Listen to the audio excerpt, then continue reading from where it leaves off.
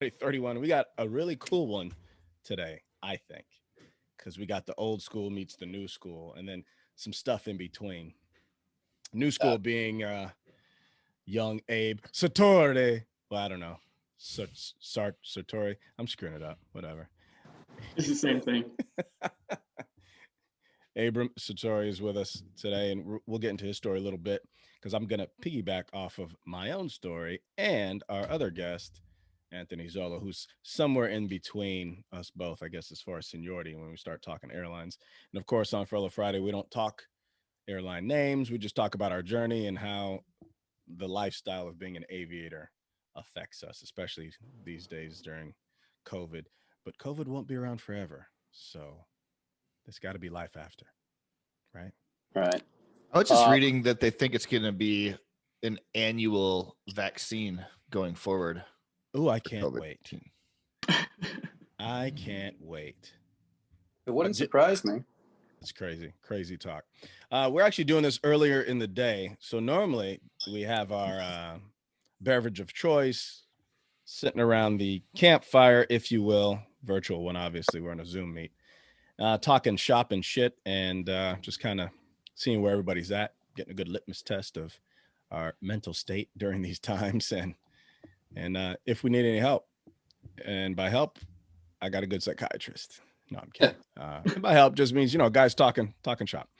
But first, I'd like to start with Abe because he's got a pretty cool story. And well, as far as I'm concerned, as far as I'm in the mix with Abe. I met this young man, about 2 weeks ago? Yeah. Something like that at my local watering hole. He wasn't drinking because he's an angel.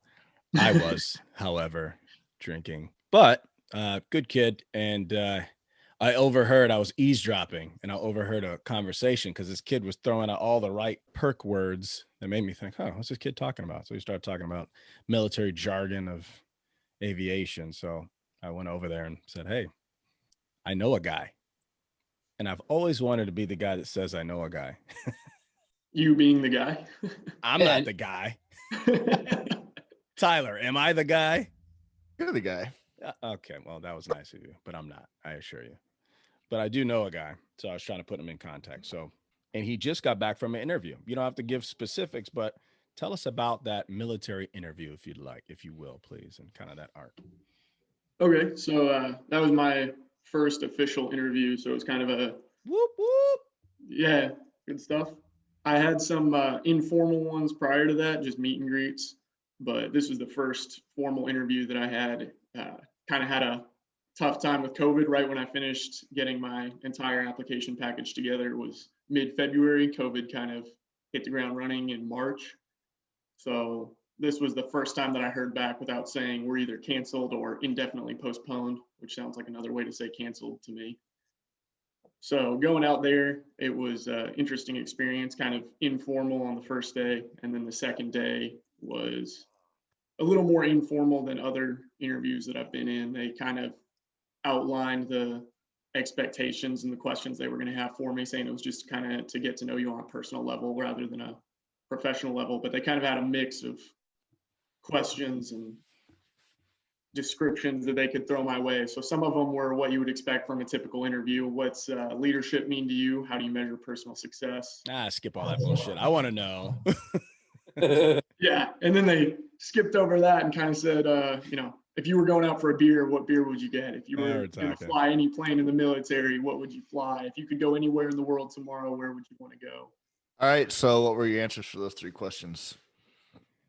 So I already forgot which 3 questions I asked. If I said beer. So I'm typically a wheat ale lager kind of guy, kind of boring. Military airplane. Military airplane, A-10, hands down, not even close. Where would you go in the world? Australia. Okay, proceed. So they kind this of might, and to be honest, this might be an interview also. I don't know. To put in perspective, Tyler is in the unit that I left, and he's actually going to be retiring here soon. Yeah, I have no bearing on anything whatsoever. I'm retiring in like 18 days. Yeah, but you are liked. You are liked, and they may take your, I don't know. We'll see. Hopefully young Abe gets the job already and won't have to worry about it. No. That's the hope. Yeah, they did preemptively say too. They said, we're not going to throw you any trick questions. We know what plane we fly here. We're almost going to be skeptical if you do say the plane that we fly, because you're just going to be pandering towards us. So they were upfront about all of that. So it was a You know, good- and to kind of grease the skids, I did know a guy in the unit, and that kind of gives credence to, I guess, your network. I don't know. So I knew a guy over there, and you know, I kind of bridged that gap. Talked to him, hey, look out for this kid. He's coming, and he was a pretty good mentor back in the day, and he's someone that likes to help. So that was kind of cool. And which kind of is a lead in, and it's kind of why I wanted you two on the show, because I know that Anthony does some of that mentoring coaching stuff.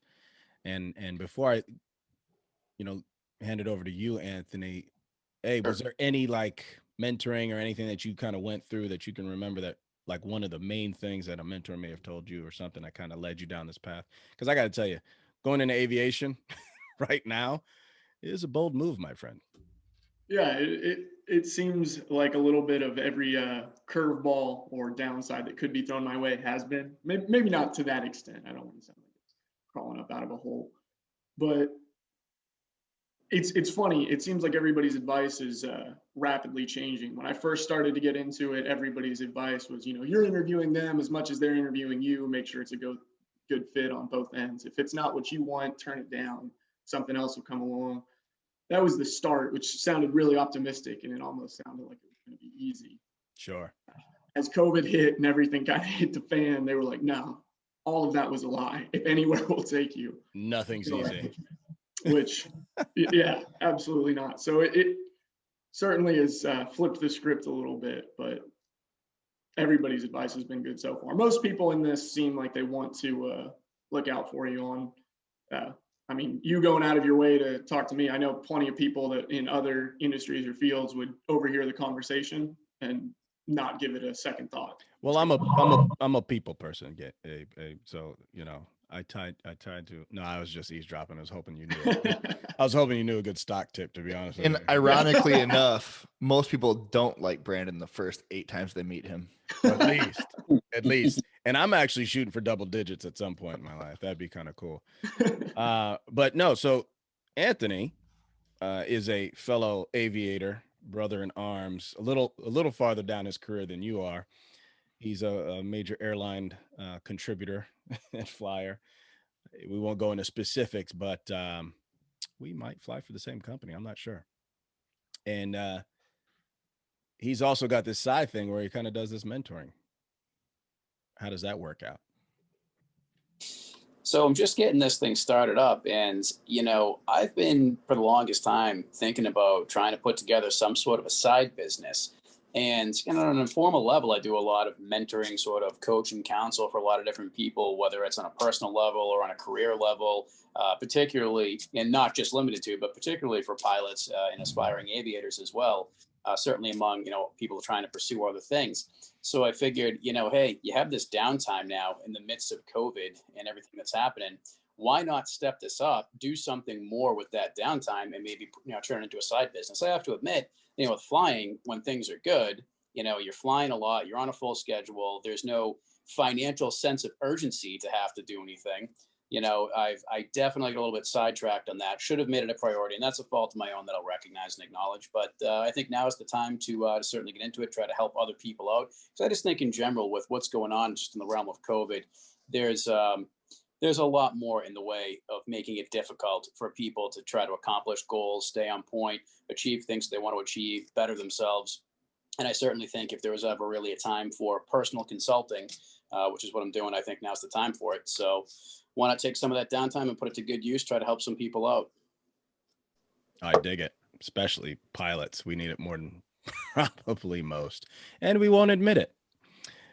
I like that personal consulting, because that's really what it is. You're developing, you know, yourself. Well, how important do you think it is for an aviator? I guess I'll say that, just sticking within our industry, an aviator or a pilot, to get that kind of teachings or the advocacy that you're teaching now, specific in the industry. So So industry specific, I think it's crucial because when you come into this, I mean, there was a point when I started really looking at, okay, how do I go about pursuing this? It was just so I don't know, daunting and ambiguous trying to figure out, okay, wait a second, what's the progression? Okay, well, I think I get like the instrument rating and then a commercial, or is it do I get the ATP and then the commercial? And oh, hold on a second, how many hours do you need to go to this airline? I didn't know if it was certain airlines required X number of hours, or if that was just an industry standard, or if there were standards for certain levels of the industry. I mean, I really didn't know anything about it. So, and that was sort of back when the internet was a thing, but not the thing, where you can Sure. get information literally fingertips. So I certainly think even now with the internet, there's still a lot of things that are ambiguous. A lot of things that you need clarification on, and there's a lot of things out there that you don't know that you don't know, and that's why it's good to have somebody that can explain to you, the different things like pay, for example. If you're, I'm very big on life planning. And when you talk about life planning, a big part of that is, okay, what type of house do I want to live in? What type of car do I want to drive? What are the things that I want to do? What are the things that I want to accomplish? I.e., that all boils down to how much money do I need to make to sustain this type of lifestyle that I want? And as a pilot, you sit there and you look at, okay, well, hey, here's the hourly rate. Well, okay, well, this company on this airframe has the highest hourly rate. Well, that may not necessarily be the best airline to work for. There's quality of life things. And this is sort of the stuff that I'm talking about. Like, okay, you don't know what you don't know on this one. Like, yeah, don't get suckered in by that insanely high hourly rate. You may be flying 12-day trips for your entire career and hate it, and it may be worth it for you to take a little bit less pay hourly. And then you also have things like trip rigs, duty rigs, which are things that, again, you don't know that you don't know about those things. And actually, with a smaller airframe on a more favorable hourly rate with trip rigs and duty rigs, you could probably make just as much in certain instances as maybe, say, a wide body first officer, maybe even a wide body captain that doesn't work as much. So for those types of things, that's where you really have to, as you say, you got to know a guy. You know a guy, I know, we all know a guy. You got to know that guy, and that's where I think having that mentorship and that consulting is really of great value. That's so true. And start taking notes there, Abe, because it happens faster than you think. That's funny because I had an opportunity to fly with a box carrier, if you will, and I didn't do it because I think the interaction with people, and I thought that would be a good experience and fun. Lo and behold, I was wrong. No, I'm kidding. No, I have, I, I actually do like the airline I'm with, and I like the fact that we carry people all over the world, and we meet different people. We run into all kinds of both positive and negative situations, but we always end up coming out on top. So it's been a fun road. That was exactly what sort of compelled me to go to the legacy carriers versus the box carriers. Was exactly what you're saying. It's that human interaction. Like they say, you need human contact. Boxes don't talk to you, and if the boxes aren't talking to you, something's wrong. There's probably someone dead in there trying to get out or something. I don't know. It gets spooky. Yeah. So it sounds like along the way, and I know this to be true, and I'm kind of, this is a loaded question or a loaded statement, I should say, like this mentoring or this personal advocacy that we go through, we need it from start to finish. And I think this is just my opinion. It seems like, and so this might be something to take away, Abe, also. It seems like we stop trying to develop ourselves once we get the job, when we probably need that mental clarity the most while we're on the job, while we're trying to, juggle life, personal life, work life, a life. Do you find that most guys in our industry aren't really looking for it once we get the job of our dreams? I'll tell you, I never really actually stopped and thought about that, and I think that the emphasis really becomes in this industry, it's on focuses so on getting the job. And I think that once you have the job, you feel that a lot of things are sort of taken care of by virtue of that. And I'd be lying if I said there wasn't a good chunk of truth to that, but just in the realm of personal development, continue growing. As cheesy and cliche as I know what that sounds. People have phrased it this way, somebody who views the world at 50 the same way that they viewed it at 20, just lost 30 years of their life. I think that might have been Muhammad Ali that said that, by the way, but don't quote me on that. But anyway, good. I like it.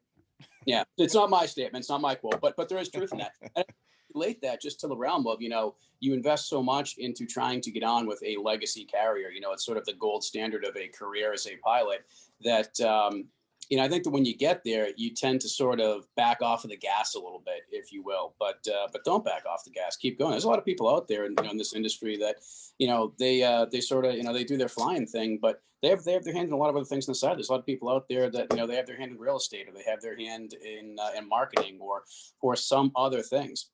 It's all, I think, at the end of the day, about that supplemental income. This is a great job when things are good, but things never stay good. And there's a lengthy precedent and history of that in this industry. It's a great career. We do very important work here, but you can't rely on it being outstanding forever. You're going to have your peaks and valleys, and you have to be, you have to be in a situation where you can react to the sudden change situation. It's nuts. This career field, which, I hate to, I don't want to be the, it's not a negative thing. It's just that you have to be aware for the young guys coming in like Abe, and not to put all the focus on you, but I think you're going to glean a lot of information from all this. Diversify and just understand what you're getting yourself into, because there are going to be some peaks and valleys, right? But you go on the military route, what a riot. That's a fun time. I mean, I'm sure Tyler can attest. I mean, he's still into it, in it, sort of. Well, you haven't flown for how long? How long has it been? I think I flew once in 2020. Oh, jeez. and here's the thing, guys. That had nothing to do with COVID.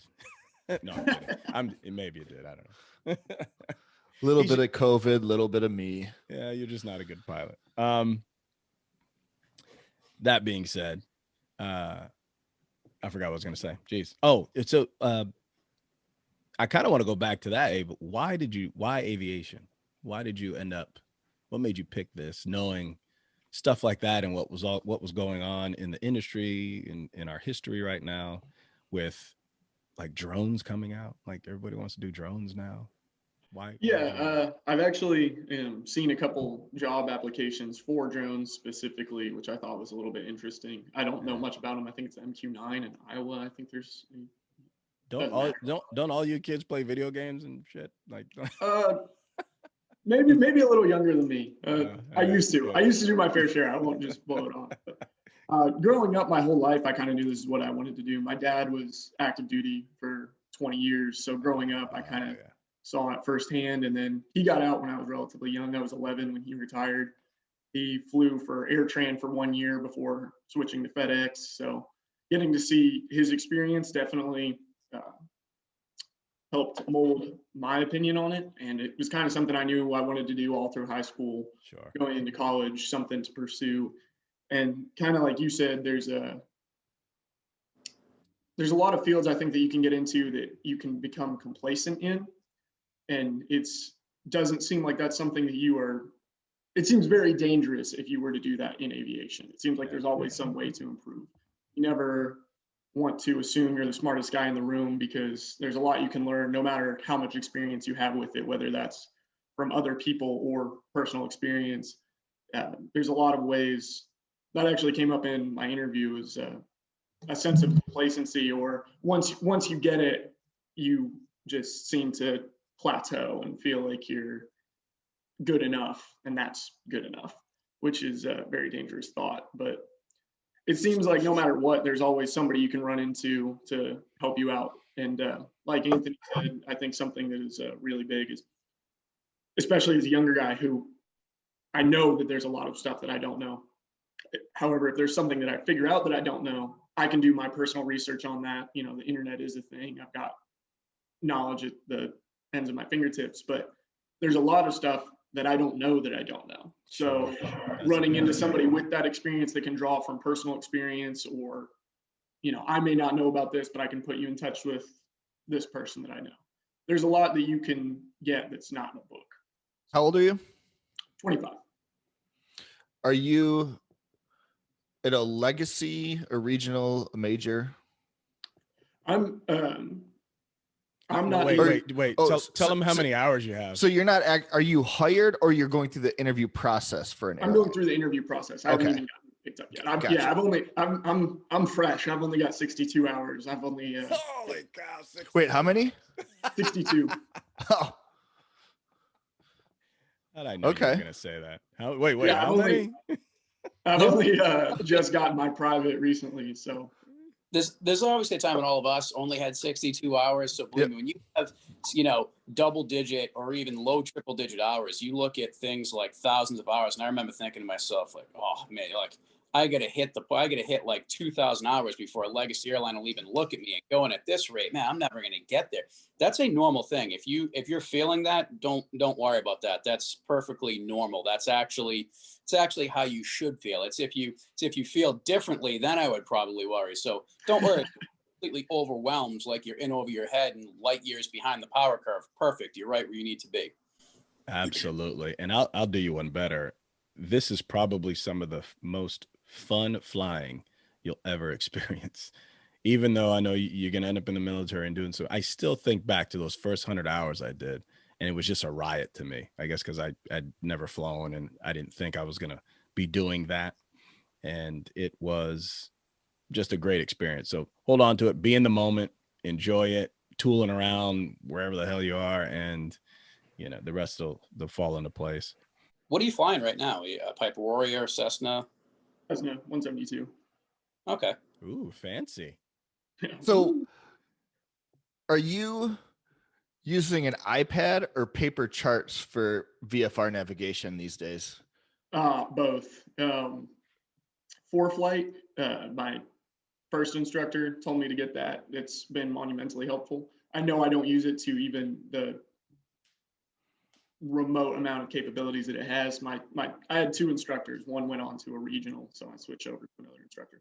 My second instructor showed me all the things you can do with it. He's been flying for quite some time, has tons of hours. So, but he said it was important. He made sure that I was using a lot of paper as well to. Are they starting to phase that out at all? Like even at the level you're at, are they phasing out paper? Somewhat. They wanted me to learn it. They said odds are it'll kind of go away in years to come. It'll become more and more digital, but a lot of it was taking notes on a knee pad or having paper charts, sectionals.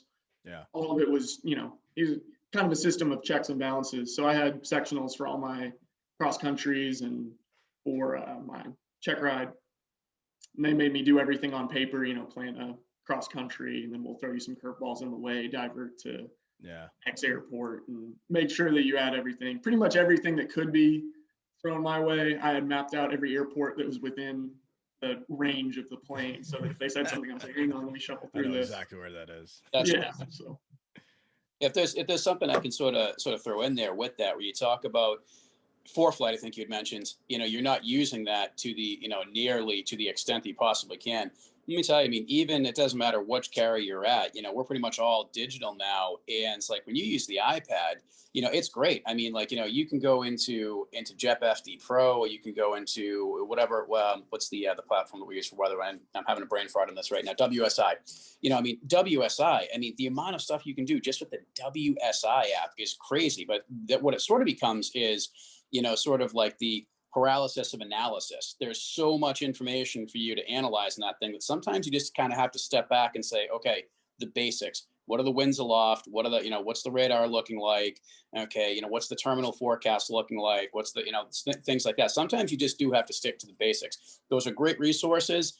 Use them, know how to use them, but don't get too consumed in using them.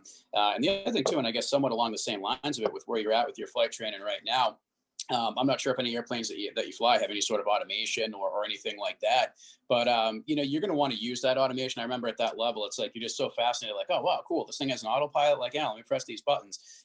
Learn use it, but also learn how to fly too.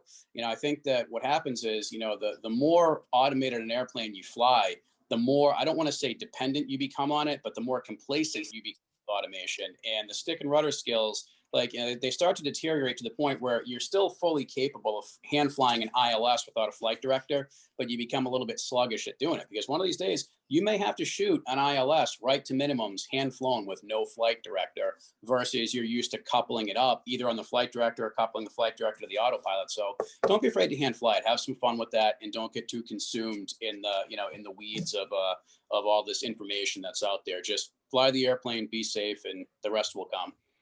Here's the thing. I don't know how to fly the airplane without all that automation anymore. So I'm gonna have to agree with you that now's the time to learn, because once you get to where I'm at, I'm like, you want me to do what? Wait a minute. I'm in the simulator. He's asking me to hand fly. I'm like, whoa, hold on. And they tell you, oh yeah, you got to hand fly the approach. So when do I kick off the autopilot? Oh, whenever you want. Flying it all the way down to final, all the way down to minimums. Were you gonna kick that off? You said, yeah, in the flare. Yeah. No, I'm not. I'm not that good anymore. I'll be honest with you, One of, Anthony. one of the things when you get a day where it's clear blue and a million, I try to like just autopilot, auto throttles, flight director off, and just for the last couple of minutes just hand fly the thing in, just because of exactly what you're talking about. Because even if you're not on the autopilot, there's a lot of guys and gals out there that will fly with autopilot off over the flight director, even with the auto throttles on. That's kind of hand flying, but it's really just getting reps. It's like anything else. If you don't get those reps, your skills start to do. That's absolutely a thing. And again, I don't think it's dependency on automation, but it's complacency through automation. Oh yeah. I've definitely felt that over the years for sure. And there's guys, I like flying with the old heads, man, that you kick the automation off and they're like, wait, what are you doing? Why you turn that off? Well, I thought I'd hand fly. No, goes back up, reaches and pushes the autopilot back on. I've had that happen. See, I've some of the older guys and gals I fly with, even there are some that are of that variety, but I find more of them, that sort of gets them to that, like, yeah, good for you. But back in my day, it was all, we didn't have direct this, direct that, no FMS. We were heading equipped, heading to join outbound VOR radial, direct such and such when able. Good for you. Yeah, hand fly that thing. We didn't have this fancy automation. You just gave me a nosebleed. That's a lot. I don't even know how to do that anymore. Ugh. Anthony, do you have a military background too? I do. I was in the Army Guard for a few years, Air Guard for another few years. I tried to get a pilot slot in the Air Guard. Timing of it didn't work out. The unit that I was in, just as basically like a series of culminating events were taking place, which was I was graduating from college, hence I was now board eligible. I was just finishing up my initial enlistment and all those things. Like, okay, hey, great, apply for a pilot slot. Well, the other sort of culminating event was the BRAT committee had other plans for the flying mission at that unit. So the flying mission went away. So that sort of took away the ability to sort of be the internal candidate, if you will, to apply for a slot. So by the time that I went and applied at other units, they always wanted to hire from within, which I completely get why units want to do that, because you're getting a known quantity versus taking an outsider that you're taking a little bit of a gamble on. Even though that outsider may look great on paper, it's still an outsider, and you always want to go with that known quantity. So by the time that I applied for slots, the timing of it just didn't work out. I ended up aging out, and that was that. So I was a ground guy in the military, enlisted, never flew, but flew a desk, if that counts for anything. What'd you do? In the Army Guard, I was infantry, 11B, and then I was airfield management in the Air Guard. Okay. Yeah. Very nice. So you got all the I was enlisted myself for quite a while. A-10 maintenance. Okay. So, Abram, if you want some contacts, I still have some for some Guard A-10 guys. Don't know if it'll get you anywhere, but at least get you the right people to talk to. That would be awesome. I appreciate that. We'll talk after. Yeah, our old unit up there at Selfridge, they got them. They came from Battle Creek. I guess that's your old unit, right, Tyler? The Battle Creek guys came over Selfridge. Yep. And the F-16s kind of merged. I had actually some guys from the Herc side. 3 of our guys went over. They got picked up by that A-10 unit. So I was flying Hercs up there for a while, and 3 of those guys went over. I think all but I think 2 of them made it. The other guy decided to do something else. He wanted to go to the airlines or something. It was taking too long. But yeah, that's the beauty about the Guard and Reserve. And I know the Guard has a lot less. They want to go from within, but they have a lot less red tape to go through than reserves. But nonetheless, like I was telling Abe before, just get in, get where you can, get a good unit or get a unit and make it the best you can. And then, you can kind of bebop around the system a little bit, kind of like I did. There's opportunity out there and you just don't know what's going to be in front of you. Like when I got in, did I know 9/11 was going to happen? No, but there I was, finishing up one of the phases of flight school. And well, that just changed things, So, you kind of have to play all that all that comes into effect when it comes into effect. That's why I say just be in the moment and enjoy the ride. Who knows what kind of waves are coming. That was my parting. That's all I got. You what's your degree in? Business. Smart. Have you completed it or in progress? Completed. Yeah, I've pretty much all the boxes are checked. Still room for improvement. I've talked to some people about AFOQT scores and retaking the TBAS and stuff. I took those. I was this is kind of a you don't know what you don't know. So I started my Air Force journey. I started it in ROTC in college. I was on a full ride scholarship, but for that scholarship, I had to do mechanical engineering. Didn't like it. Didn't like me either. Kind of kicked my ass.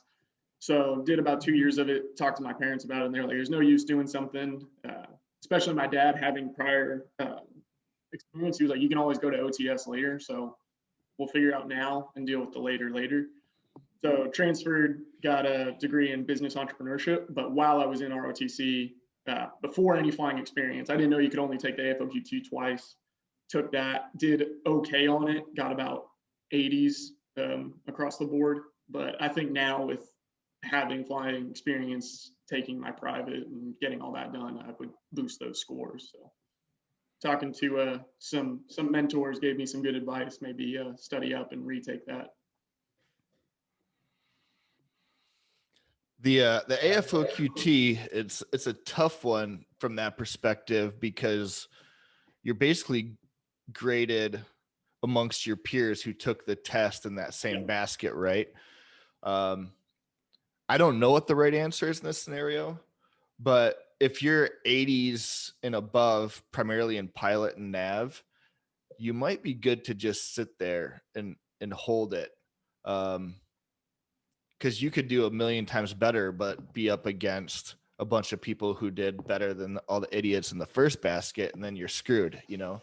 So I don't know what the answer is on that. I'm pretty sure that any unit that's hiring right now is going to be happy with 80s, especially in those two categories. And if you're 80s across the board, that just kind of shows that you're well-rounded too, which helps out a lot. So just something else to consider. I don't know the answer. I would probably rely on your mentors, but there is a potential to actually do better on the test and get a worse score on the second time around. Yeah, isn't that crazy? I never understood that. If I remember it, it's not the highest, it's the most recent AFOQT score that counts. Yep. So just like you're saying, sometimes if you got a good enough score, you work with that. And I'm trying to remember too, what is it? It's the AFOQT score combined with the TBAS score generates your PICSM, which is Pilot Candidate Selection. And the PICSM is really the one that's really of the heavier weight. And like I remember some units, I remember did want a specific AFOQT score. Other units were just, did you pass? Okay, you're good enough. You know, I mean, Are you I'm breathing? sorry. Yeah. Well, so one of them, they held a mirror up under my nose and they said, all right, there's condensation on it. You're good. We'll hire him. Hired. Yeah. Yeah, it is one of those things that you can't really. I guess they do that so you don't try to game it. I don't know. I didn't. I'm surprised I got the scores I did on it. I just kind of closed my eyes and went for it. But Hey. Here we are, you know. Anthony, how are you incorporating the mentorship into your routine? So it's funny that you mentioned that. So kind of starting the new year, I said, all right, if I had this time, looking at my 2021 goals and objectives, one of the things that I recognized there's some room for improvement on was just organizing my day a little bit better. So as far as daily routine is concerned, on the days that I'm not flying, I'm trying to stay as strictly, close to a regiment as I possibly can. Get up at a certain time, go through my morning progression of, okay, take the dog out for a walk, feed her, go upstairs, take a shower, get ready, make breakfast, and then go through the whole progression of, all right, I'm reviewing the day, these are the things that I have to get done today, dedicate, a couple of hours to doing this task, a couple of hours to doing that task. And that's what I'm really trying to incorporate sort of the daily routine this year into things versus I think towards the end of last year, I was getting a little bit, don't want to say I was getting a little bit lax, but I was getting a little bit less disciplined in terms of just of doing certain things at certain times of the day with no rhyme or reason, staying on point, no less.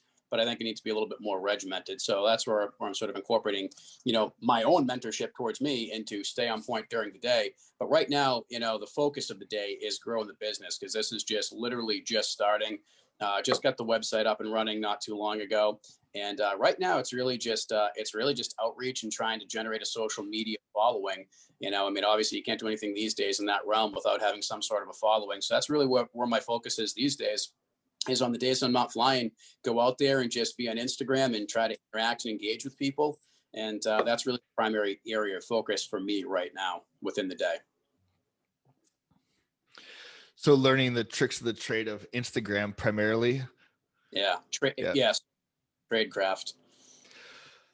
It's definitely a science. It's Don't I know? In a science that changes all the time. I like LinkedIn a lot. That has a lot of organic reach.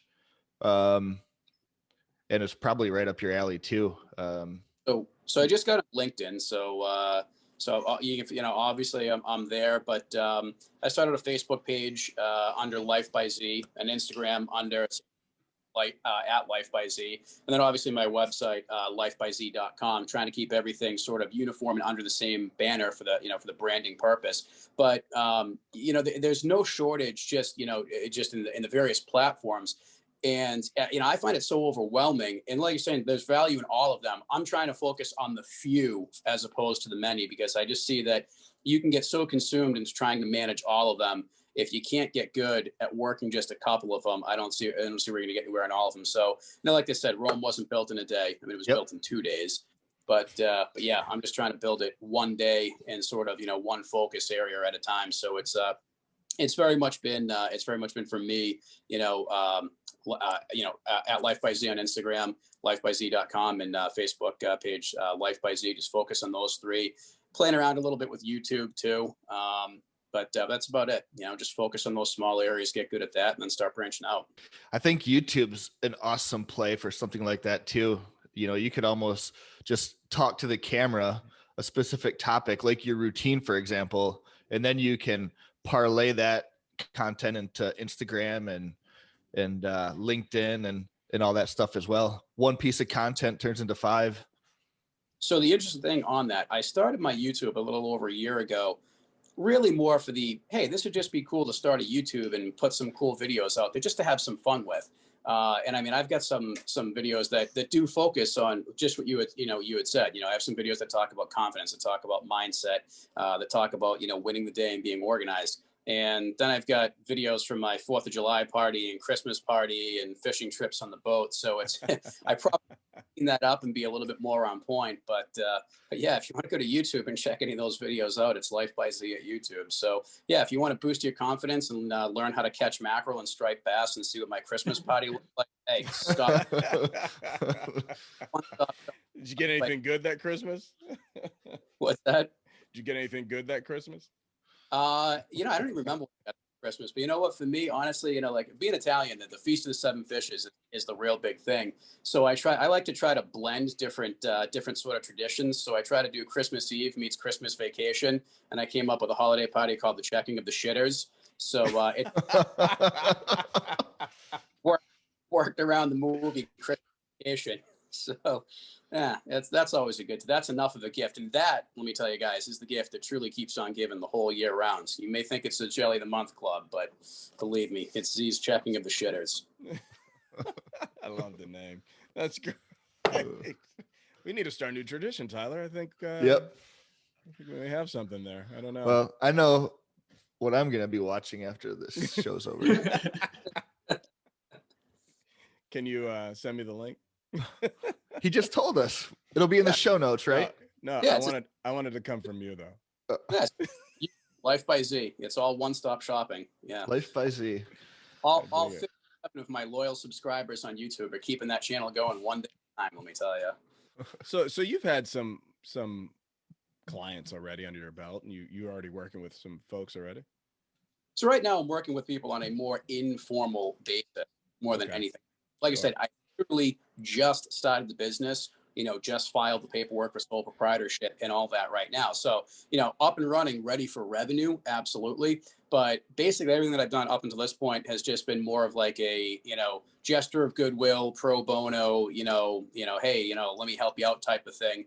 So you're literally getting the for hire, aspect off of it. You're honing your skills at this Oh, point absolutely. and really getting, what is there one thing you've found so far that you have dealing with folks in their personal development and in this consulting game?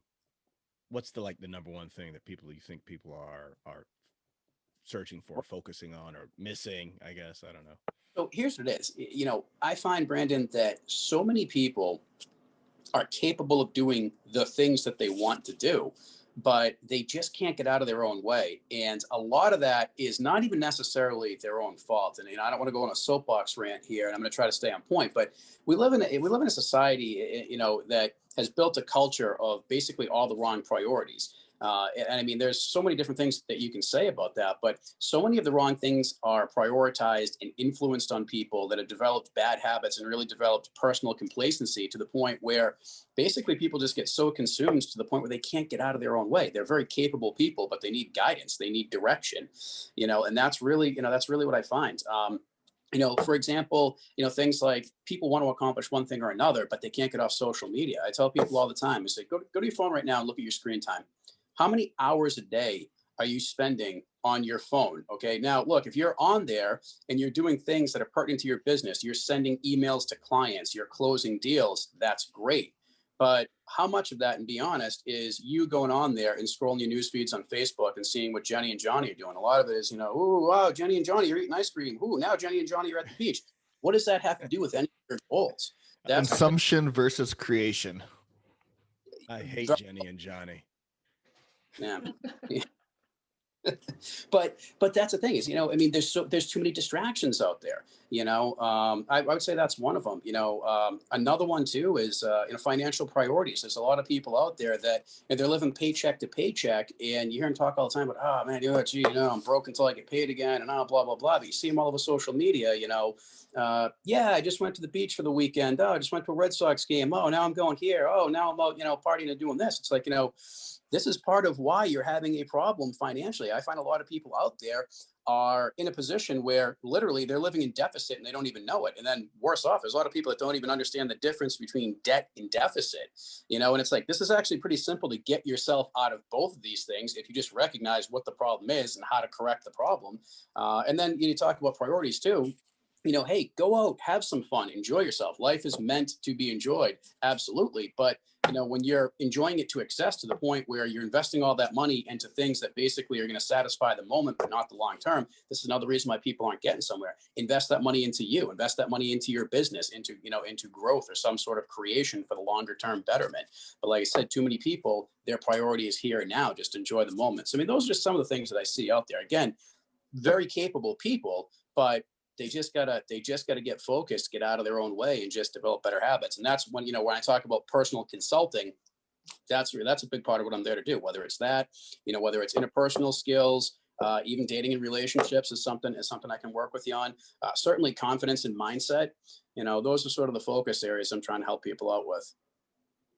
Yeah, that's like if you ever want to get ahead financially, you're able to utilize one of two things, time or money, unless you're Brandon, then you have both.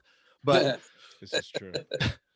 So it's like, especially during COVID, you're utilizing your time right now to build a brand and hopefully change your financial future, even if it might be 3 to 5 years down the road. And Abram, you're kind of in the same boat. It sounds like you're kind of on a one-track path right now, which is probably what you should be doing. How do I get to that airline? How do I get that flying job? And that's a time dedication for you right now too. But I think it's definitely the important part is figuring out how to maximize those minutes. And like Anthony said earlier, check your screen time. I know Apple sends me it every Sunday morning. Yeah. You spent 14 hours a day on TikTok. You get should that on- see. No, you really should see his TikTok page. It's hilarious. You should watch him dance. and I can, you're on there, on social media for business purposes, not seeing what Jenny and 100%. Yep. yeah, that's one thing. Absolutely. But I Yep. mean, so do is just basically the sort of misguided I'm bored / what have you. And Abram, stay on point. When I was coming up, that was really my only focus was, all right, I've got to build my time to get myself eligible to be hired at a regional carrier. And then when I was at a regional carrier, it was, how do I get myself to a legacy carrier? So, there's phases that you go through in accomplishing goals, just like there are phases that you go through in life. So, at that phase in my life, it was, all right, get to a legacy airline. And I think you'll find that, your goals are broken down into phases into subtasks into even smaller subtasks. So right now, all of your subtasks very well are focused on get this interview, get this job, get flying, start building your career. And that's fine. You got to stay on point with the bigger picture. I like your soapbox. Yep, I do too. I hate Jen and John as much as I hate Kevin and Karen. Your soapbox is all right. Is Kevin married to Karen? Is that who it is? I think so. Either that or they're brother and sister. I think they're Irish twins. I'm not sure. All right. Okay. Can we get some? I think Brandon's the offspring of Kevin and Karen. I might be. Do we have a lawyer out there to look this lineage up and document it? We need their 23andMe. So, Abram, do you have any aspirations with that business / entrepreneurship degree? I'm not sure. I've always thought it would be cool to own your own business, do something for yourself.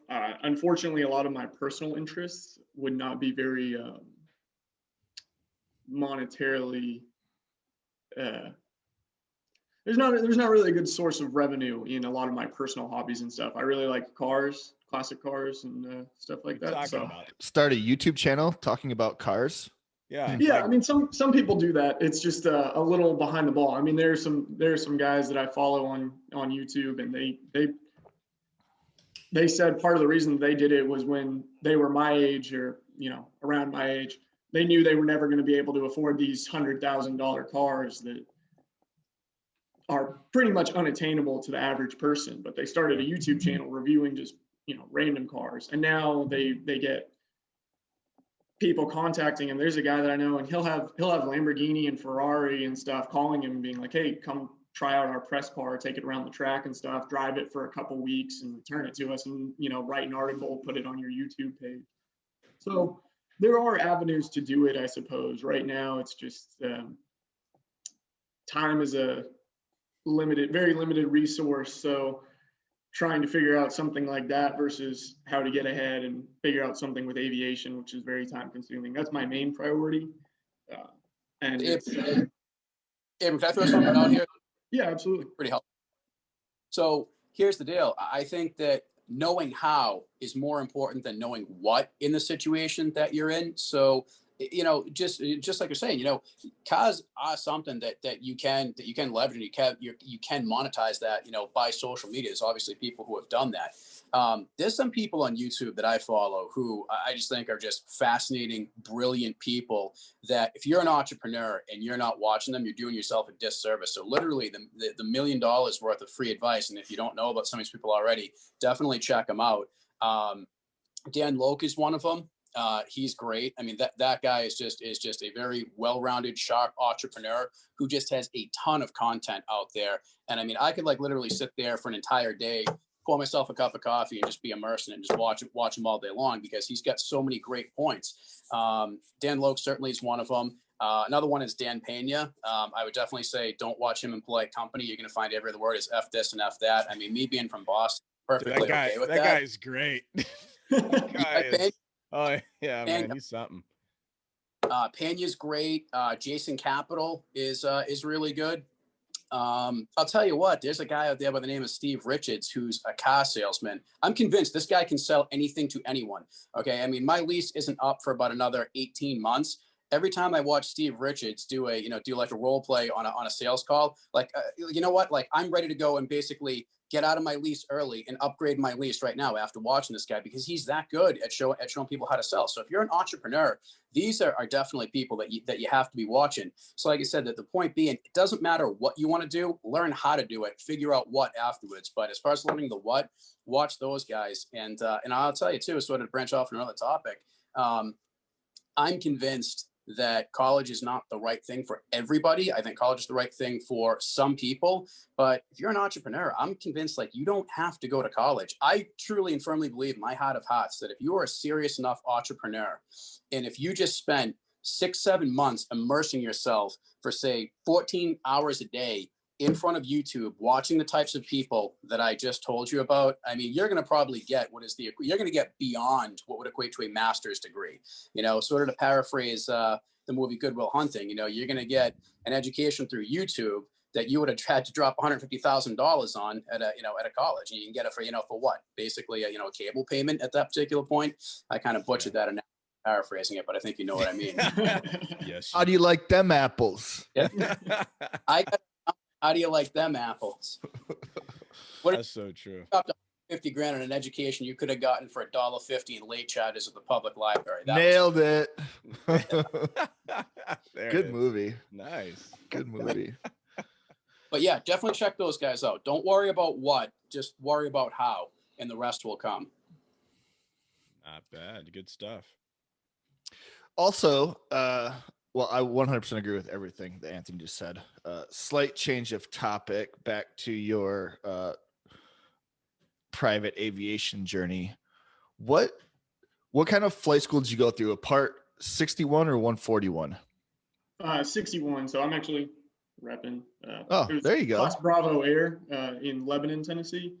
So it was kind of interesting. My dad kind of actually set it up for me. I told him that I wanted to do it, get my private, and unbeknownst to me, he was like, he told me, if that's what you want to do. We talked about it one day.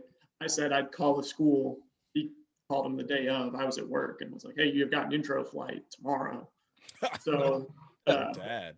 Yeah, he kind of got the ball rolling. I mean, I was pretty pleased by that. It was my first flight instructor was younger than me. He's a few years younger than me. He's probably 23 now. That's not weird. No, it wasn't anything crazy. He had a ton of ratings, a ton of hours. He had been flying for a long time. Yeah, and honestly, I don't care about your flight instructor. What I do care about is how are you guys scheduling your flights, ground school, sims, etc.? So it was kind of set the precedent for yourself, take priority, and you set it up. So they pretty much had, most instructors there had open availability. There were a few that were part-time that just kind of did it as a secondary job. But most students, we had were you using like an Excel spreadsheet or? It's Flight Schedule Pro. It's kind of similar to an Excel sheet. So it's got each aircraft that was available at the school, hour blocks, and then instructors. So if there was availability, you could go in, set a date, set a time, reserve it, tell them what you wanted to do. Each thing you had, you could do a drop down. So if I scheduled February 11th, 2021 from 2 to 4, Seth Lockard ground school from 1 to 2, and then whatever, and then 2 to 3 do another time of flying.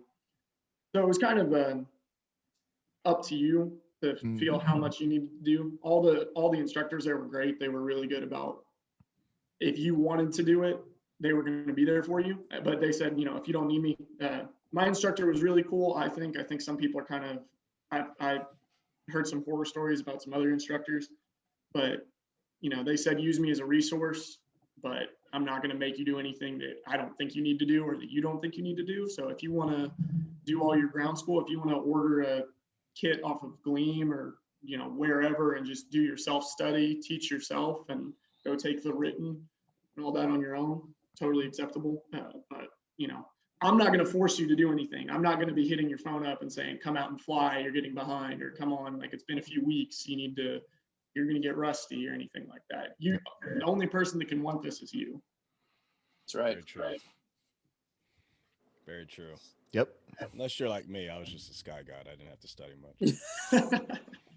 It was weird. Zipper suited sun guide. Is that what it was? Yeah. I'm pretty sure I got that tattooed somewhere. With your pirate socks that That I got in trouble with. How do you get in trouble for wearing socks? Ask those guys in the desert about socks. That happened once. That was a bad thing. That was a bad day. I was some lieutenant colonel, and some chief comes over and to chastise him for not wearing, what was it, white socks? He had black, or it was black, he had white, something ridiculous. They were in the middle of the desert. That was not a good day for that chief. This guy was already in a bad mood. He was grumpy just by being there, and then he didn't get to eat. So I know how he knows how you feel, Tyler. You haven't gotten your Uber Eats yet. Did you guys know that Tyler is a platinum member of Uber Eats? Sorry, not sorry. I was not. Not aware. Now you are. You didn't know they had that. None of us did till we got the invite to his party for being a platinum member of Uber Eats. Kidding. Sicko. All right, guys, we're about an hour in. I know you guys are busy. It's up to you. If there's something you want to plug or discuss, we can discuss more, plug more. But if you've had your fill, we can end it, and I'll edit this up and get it going. Any plugs? Yeah. And definitely make sure you text me, any links or anything to whatever you want. You too, Abe. I know you're important too. Even though you're the young buck, you are important. The girls are going to want to know, how do I get in touch with that? I'll send it over. Some social media. You were saying, AZ? Just keep doing what. No, just keep doing what you're doing. Flight training. Right now, it's one of those things that there's a lot of people that are looking at the airline industry going, man, I don't know. The airlines are really hurting right now. I've said this on a few different podcasts over the past couple months.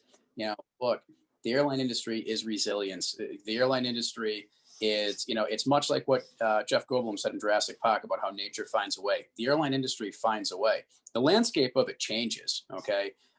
People think I'm out of my mind, but I think we're going to see another round of mergers coming down the road because sort of the financial fall.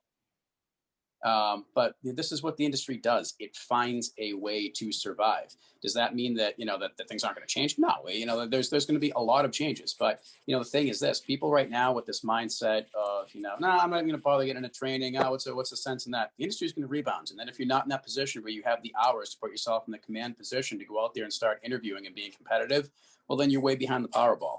Give yourself options, just like with a flight plan. Give yourself an alternate airport, i.e. you have a business degree to fall back on, But no, this is what you're interested in doing. Just keep at it. If you have the seriousness of purpose and the legitimate desire, you'll be okay. Don't let the naysayers tell you, no, don't even bother. That's what they said after 9/11. People said, we're not even going to have an industry anymore. Don't even bother flight training. It's going to be terrible. You're never going to make any money. There won't even be any jobs.